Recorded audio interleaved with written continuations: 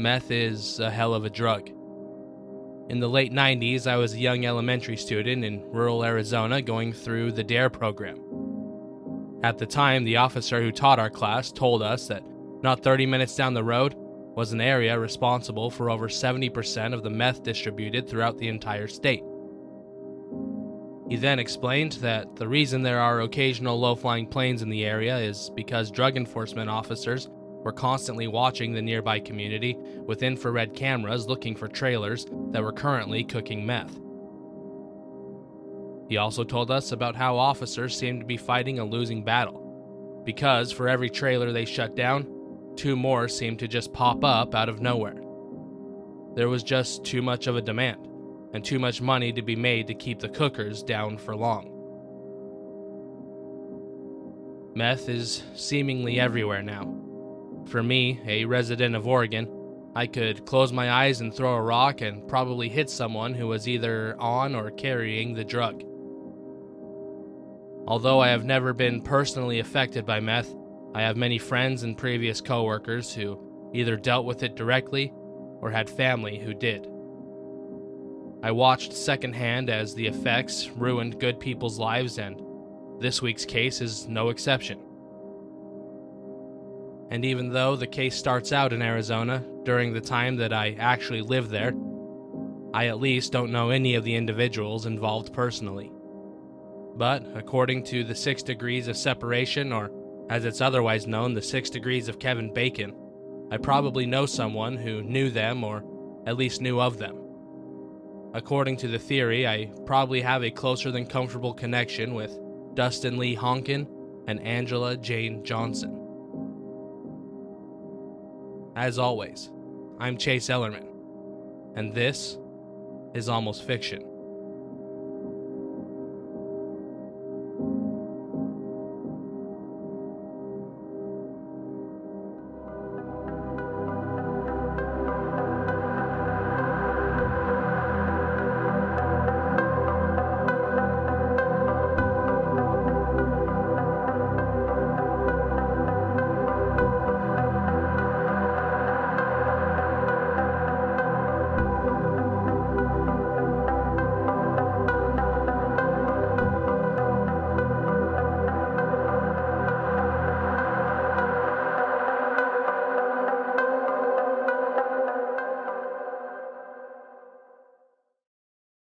Chapter 1. Dustin Lee Honken was born March 22, 1968. He grew up in Britt, Iowa with a less than stellar childhood. His father, Jim Honken, was a chronic criminal who had a penchant for drinking heavily. Jim was also known to be abusive, but only when he was drunk, something that seemed to happen more and more often as he got older. As Jim's drinking got worse, so did his need for money. At one point, he became so desperate for cash that he decided to rob a bank, even enlisting his young son in the scheme, and it worked. For a while. First, Jim had his young son steal a key from a bank employee. Second, he had him get a copy made at a local hardware store, and third, he had Dustin return the key before it was found missing. Jim then took that key and was able to make 2 successful robberies before he was eventually caught. Probably because of this behavior, when Dustin was around 9, his mother finally divorced his father and married another man who Dustin actually got along with. Dustin was finally happy. His mother was great, his stepfather was awesome, and because of this, he began to thrive. Dustin did well in school and was proficient in math, science, and writing, even earning a scholarship to attend the local North Iowa area community college. You see, Dustin wanted to become a pharmaceutical lawyer. But, despite the good grades and outward appearance, Dustin had a darker side. He was described by those close to him as a racist, and like his biological father, he had occasions where his anger grew to the point of physical violence. He was routinely physically and verbally abusive to his sister Alyssa, and had at one time even held a pillow over her face after she had told one of his girlfriends about his other current romantic relationships. As she was just about to pass out, though, Dustin finally lifted the pillow before apologizing for going that far. Then, on another occasion, at a hotel pool, Dustin once again tried suffocating his own sister by holding her under the water before pulling her up at the last second. On another occasion, as a teenager, Dustin, like his father before him, plotted a bank robbery in which he was planning to convince an accomplice to help him before killing them and hiding their body in a local pond. Luckily for his unwitting accomplice, before he could execute this plan, he decided that it was too risky and simply abandoned it. 2 years later, in 1986, he made another similar plan, but this time, he and another person would steal a car before he murdered them in cold blood. Like before, though, this plan was abandoned before it went too far. Then, in 1990, Dustin would commit his first major crime when he raped and then threatened his then-girlfriend. He told her that if she talked about it to anyone, he was going to lock her up in the basement where she'd never be found. He also went on and on about how he knew exactly how deep to bury her body. You see, he could bury her in a field just right as to not be tilled up by any farm equipment, and how her body would slowly feed the field over time, until eventually, she would just cease to be.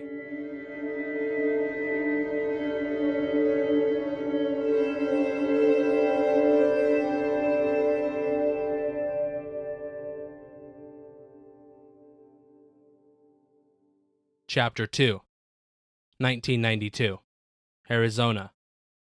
Dustin Honken approached his friend Tim Cutcomp about a possible business venture. Dustin had told Tim that his brother Jeff had $5,000 cash and was interested in investing in something that had great returns and was tax-free, as all the sales were under the table. Dustin asked Tim if he wanted to help him cook meth. Dustin told Tim that everything was pretty much set up. He even had people ready to sell their product as soon as it was ready. The best part was that their distributors were even in another state. So, if they were eventually to get caught, it would give Dustin and Tim time enough to leave before the heat got back to them. Tim agreed to the venture, and soon they were delivering hundreds of thousands of dollars worth of pure product to Mason City, Iowa. Greg Nelson and Terry DeGuse were their main distributors there. They seemed to know what they were doing, and almost a year would pass with absolutely zero problems, until during one exchange when Terry DeGuse sent his girlfriend to deliver the take and pick up the new drugs instead of himself. At that time, 28-year-old Angela Johnson met with Dustin Honken, and she had a proposition. Instead of dealing with Terry, Angela suggested that Dustin now deal only with her. According to her, Terry had developed too much of a taste for the drugs he was supposed to be selling, and because of this, it was best for the outfit if the amount of drugs he handled personally was limited. Within 6 months, Dustin and Angela had already started dating, and Angela was pregnant with Dustin's child. Angela Jane Johnson was born on January 17, 1964, in nearby Forest City, Iowa. She had lived a rough childhood, not really knowing her father. She had been raised for a while by her neglectful and abusive mother before finally being removed from her custody and sent to her grandparents. This situation was not much better in terms of emotional and psychological safety, as her grandparents were extremely religious to the point where they would hold her down and perform rituals in an attempt to exorcise demons from her. There were also reports that she had been molested as a child. Now 28, she was trying to move up in the world and saw selling drugs as her way out. And as Dustin was about to find out, Angela was determined. She was not going to let anything or anyone get in her way.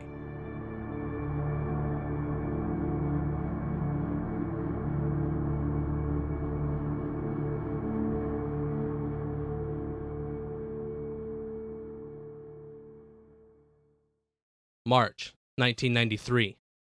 Tim Cutcomp, Dustin's original partner, moved to Iowa where he continued his work on the distribution side of their growing drug enterprise.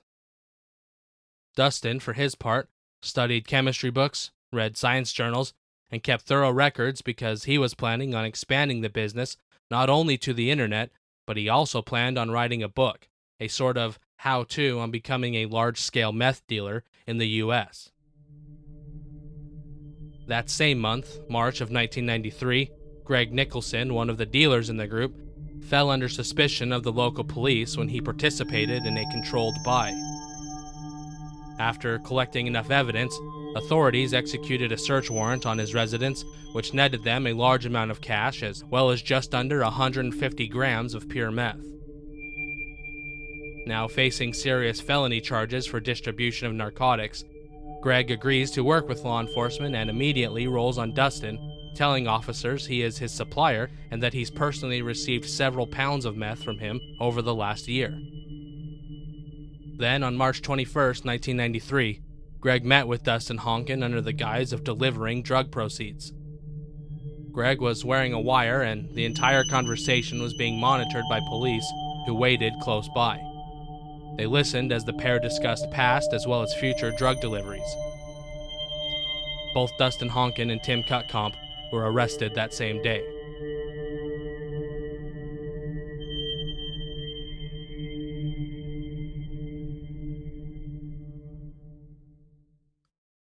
Chapter 3. Word of Dustin's arrest spread quickly, and before he had even been processed, Jeff, his brother, was already disposing of items from the meth lab Dustin ran out of a storage shed.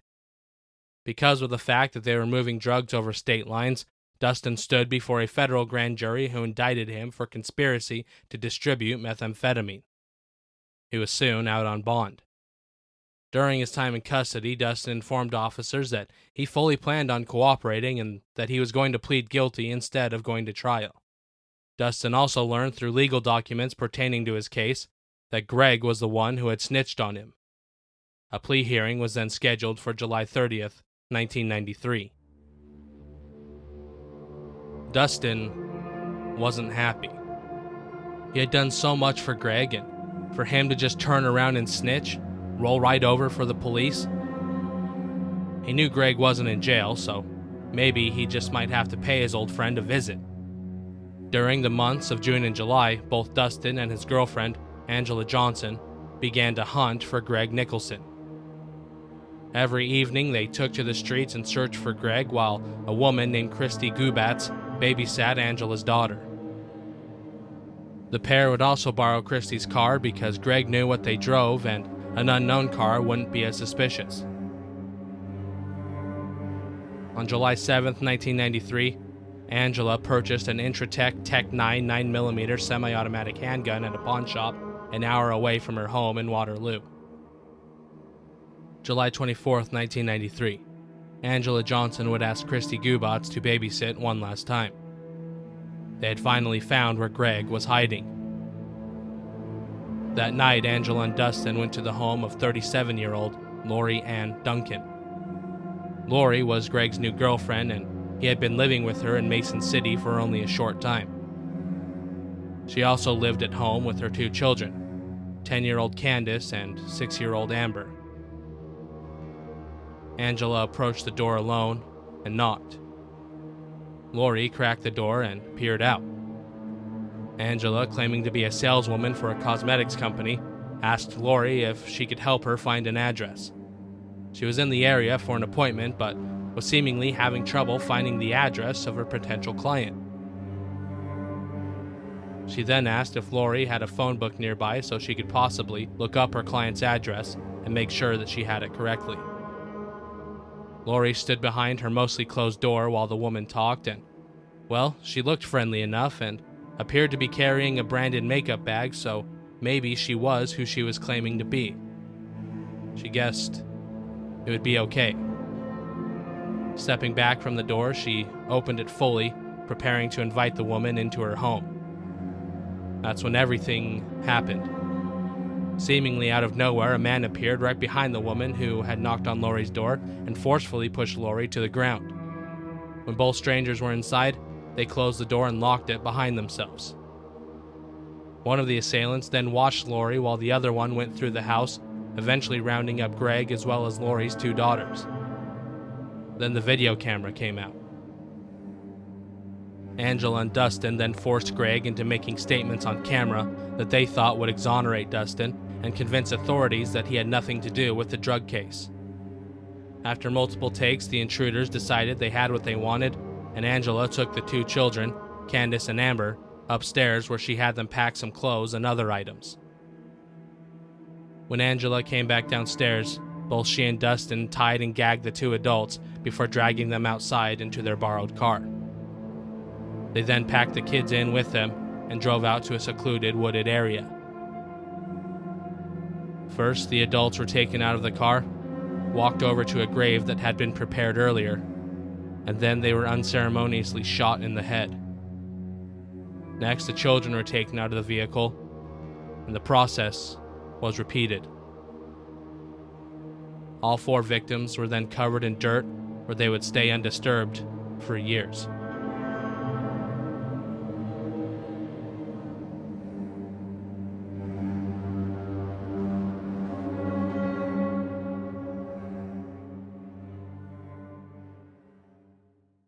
Chapter 4.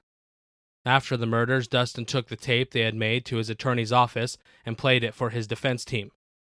Later, at his plea hearing, going against what he told prosecutors earlier, Dustin decided to plead not guilty. His attorney, citing the tape, told the prosecutor that the case was just not as strong as the government believed it to be. And now with Greg Nicholson missing, they had to decide if they were going to take their chances. Without their star witness, the prosecution then turned their attentions to the other dealer supposedly in Dustin's crew, Angela's ex-boyfriend, Terry DeGue. On October 27, 1993, multiple individuals were subpoenaed, including Angela and Terry's mutual friend, Aaron Ryerson. Ryerson was questioned about possible connections between Dustin Honken and Terry DeGue. Then, after making statements to the court, Aaron Ryerson spoke with Terry DeGue, and in turn, he spoke with Angela and told her everything Aaron Ryerson had said on record. November 5, 1993. Only 9 days after Aaron gave official statements to the court, Terry DeGue drops his daughter off at his parents' house, telling them that he was going out to meet Angela Johnson. As he drove, Terry thought about Greg Nicholson. He hadn't seen him or heard from him in a while, and he was beginning to think that something was wrong. Arriving at the meeting place, a country club, he got out of his car to talk to Angela. She had called him recently, and it seemed like maybe she wanted to try and get back together. The pair talked, laughed, flirted, seemingly to pick up right where they left off before everything had gone wrong. As the flirting continued, getting more serious as they talked, eventually Angela commented to Terry that maybe they should go somewhere a little more private. They left the country club, and Terry, following Angela's directions, drove to an unfamiliar part of town. The house looked empty, a perfect place for them to have a little fun. As soon as he stepped foot inside the abandoned building, though, Terry knew that something was wrong. Dustin Honken, the man Angela had left him for, was waiting inside. Before he could even react, the weapons were out, and Terry found himself lying on the ground after taking a baseball bat to the head. Then the bat raised and fell. The last thing he heard was a single crack as a handgun fired point blank.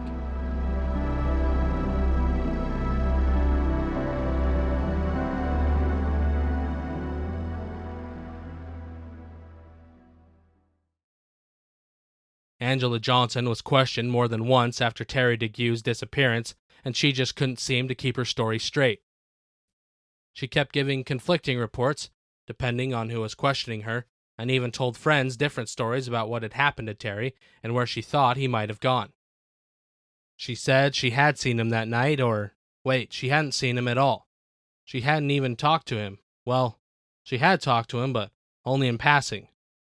Well, she did have a conversation with him, but it wasn't really about anything. What's more important is that he was just fine when they said their goodbyes. Terry was just gone, and she had nothing to do with it. She didn't want to talk about it anymore. fall, 1993. Christy Gubatz, Angela's former babysitter, was going through some stuff at her house when she found an old cosmetics bag that contained a large black handgun. A handgun with an equipped silencer. Afraid and upset by her discovery of a poorly stored and most likely illegal firearm, Christy calls Angela and tells her to come get her crap. Angela retrieves the weapon with Christy yelling at her the whole time. Not long after Angela recovered the gun, Dustin asks Tim Cutcomb if he can help him in getting rid of a pistol. Together, the two use a blowtorch to cut and melt the gun into multiple pieces, which they scatter along a country road as they drive.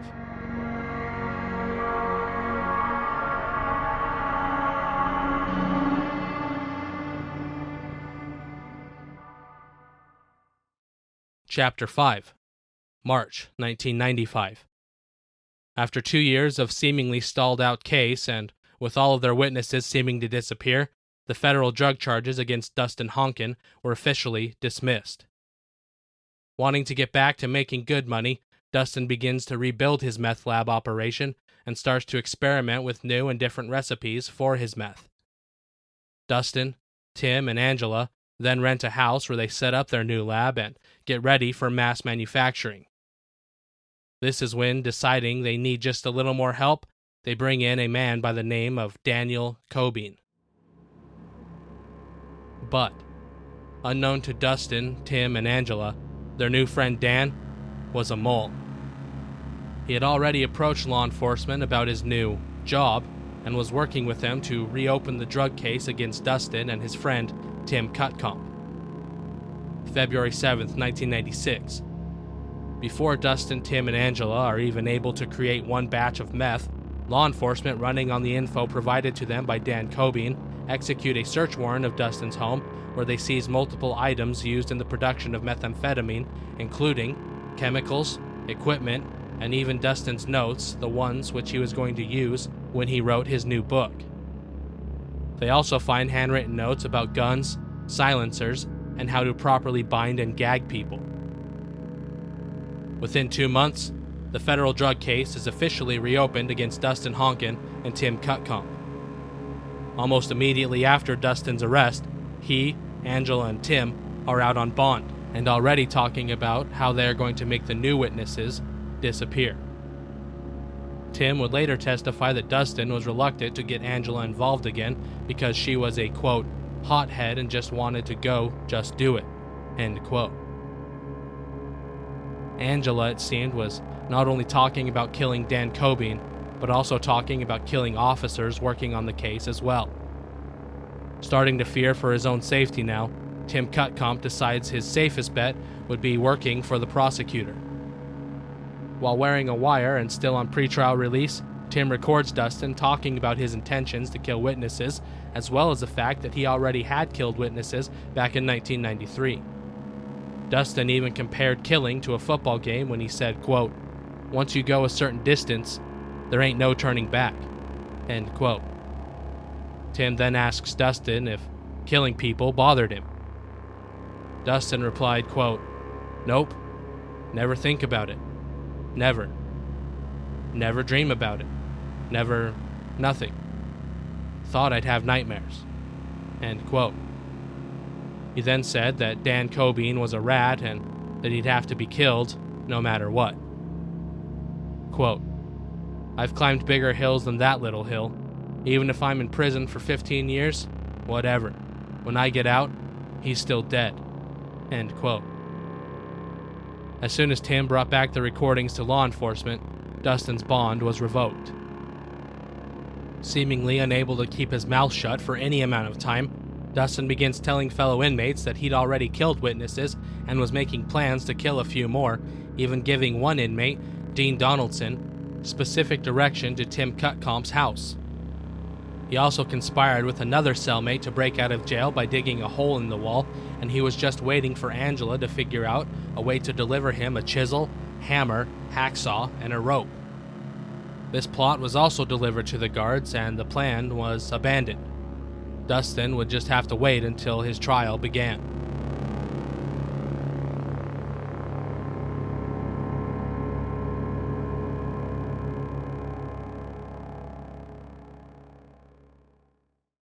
June 2nd, 1997. Because of all the evidence stacked against him, Dustin Honken pled guilty to multiple counts. He faced a minimum of 10 years. Assistant U.S. Attorney Pat Reinhardt argued for a life sentence for Dustin, arguing that Dustin had at least something to do with the disappearances of Greg Nicholson, Lori, Candace, and Amber Duncan, as well as Terry DeGuse. Quote, "It appears that these people are dead. We believe the defendant was involved in this. We believe that he was ready to take violent actions again. The maximum sentence sends a message to this defendant and other defendants who are thinking about taking things into their own hands, that conduct is unacceptable." End quote. U.S. District Judge Mark W. Bennett granted Dustin a deduction in his sentence because he said Dustin claimed responsibility. But he also declined to rule on whether Dustin had any role in the 1993 disappearances. Because of this, Dustin's offense level under the United States Federal Sentencing Guidelines was set at 38, a level that called for a sentence of 235 to 293 months in prison. Dustin was given the max. He was also sentenced to another 5 years of supervised release and fined $1,100.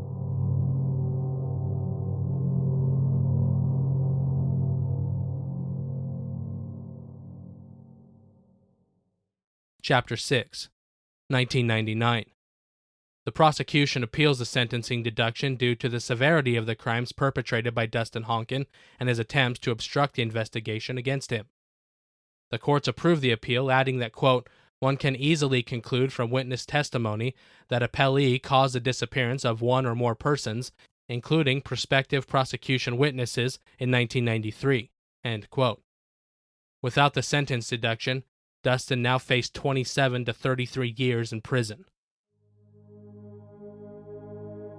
During the resentencing, Dustin had this to say, quote, "For years now, the government has made these terrible accusations against me. I didn't kill anyone, and even though it hasn't been proven, the accusations have repeatedly been used against me. I realize I am here because of my own actions.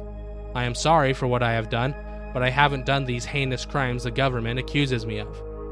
I have seen people get murdered here, and being in a place like this makes the sentence I have now almost feel like a death sentence." End quote. Dustin was resentenced to 27 years in prison. The judge, when referring to whether or not Dustin was responsible for the disappearances, stated that if the state thought he was guilty, then they should charge him for it. While in prison, Dustin continued his rebellious ways. He made more plans to escape, to murder witnesses and law enforcement, and even planned to murder the federal prosecutor. He also recruited other inmates into his escape plans, going as far as to practice on each other how they could disarm officers and use their own weapons against them. He also taught himself, as well as others, how to remove handcuffs with homemade tools, how to fight in groups, and how to deal with armed escorts. And even though he was locked up at the time, Dustin continually and methodically plotted out his future and how he could ultimately get even.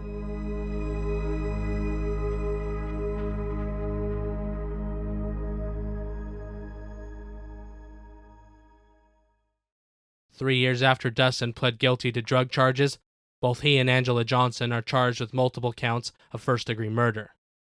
Angela is found and arrested before being booked into the Benton County, Iowa jail. It's here where she meets Robert McNeese.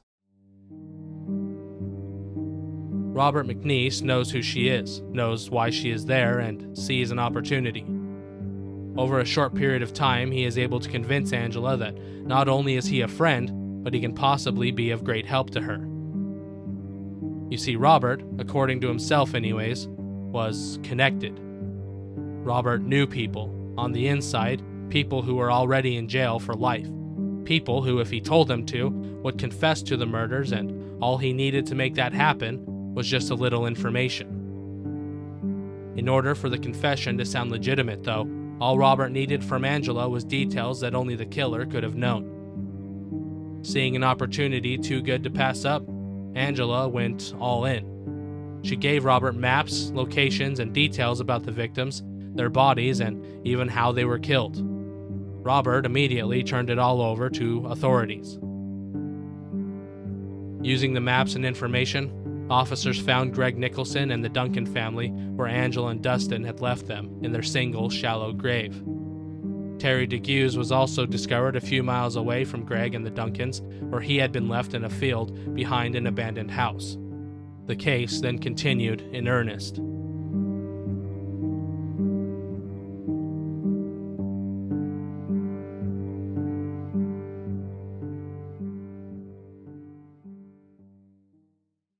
Chapter 7. Iowa had abolished the death penalty in 1965, but because this case was tied to the Continuing Criminal Enterprise Statute, otherwise known as the Kingpin Statute, the death penalty was on the table.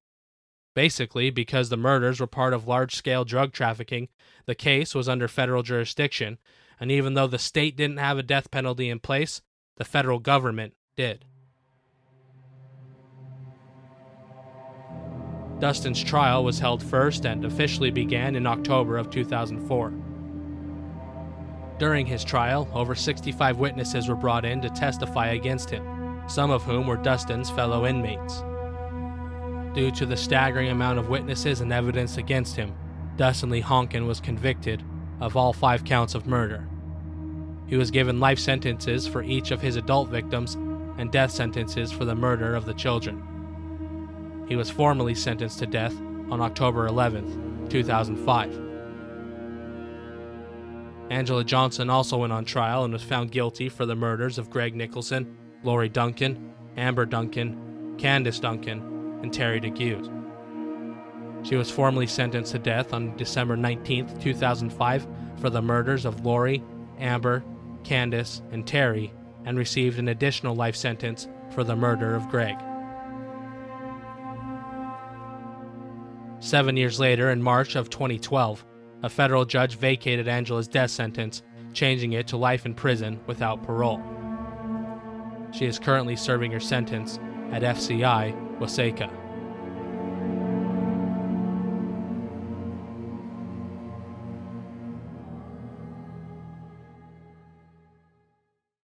Dustin Honken exhausted all of his appeals in 2014, but at the time, the federal government had a de facto moratorium on capital punishment. But on July 25, 2019, Attorney General William Barr announced that the moratorium would be lifted after the drug pentobarbital was approved for executions. On July 17, 2020, Dustin Lee Honken was executed by lethal injection. His final words was a recitation of the poem Heaven, Heaven by Gerard Manley Hopkins. He was pronounced dead at 4:36 p.m. Central Time.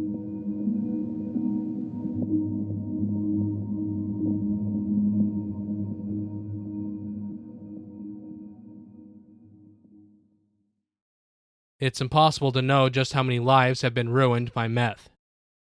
The direct and even indirect consequences of meth use plague families sometimes for entire generations.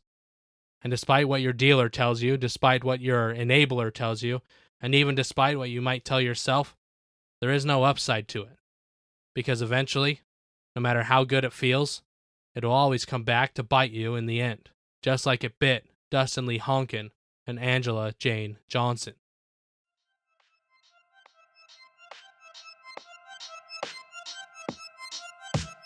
This has been another episode of Almost Fiction, a podcast where we try to imagine what it was like in the moments where some of the worst crimes occurred.